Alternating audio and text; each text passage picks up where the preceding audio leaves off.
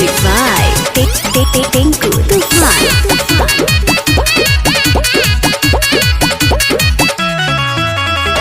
छौ बज साइकिल लेके जात रानी पढ़ेला ईसन में के लइका एगो हमारा पमरेला।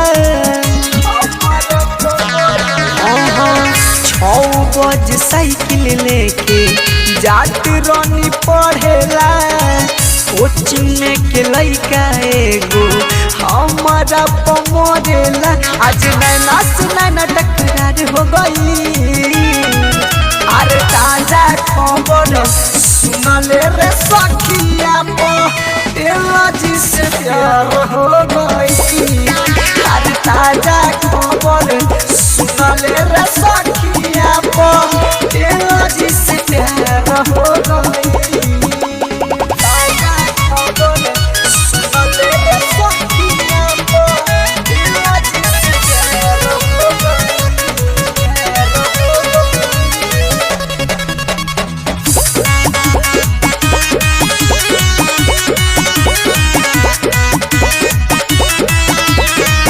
मार्केट घुमावे हमके शॉपिंग करावेला जब कहीं जवन तब माजा चिखावेला।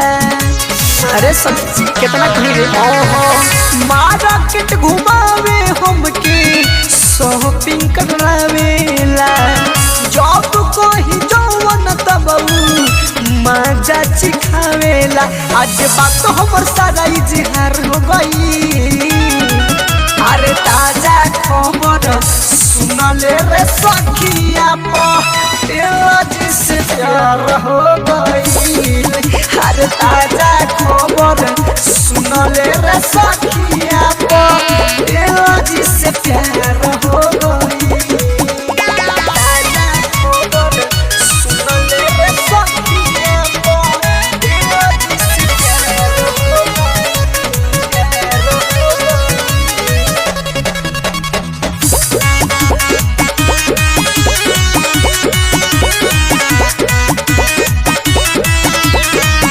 नाम इनका कोई दिहोनी अपन जवानी रूप पटेल दिहले प्यार के निशानी प्यार के निशानी।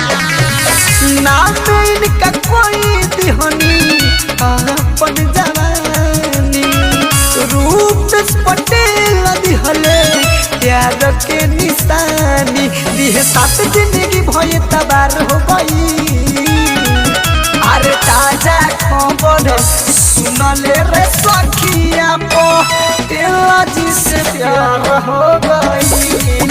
अरे ताजा खबर सुनले रे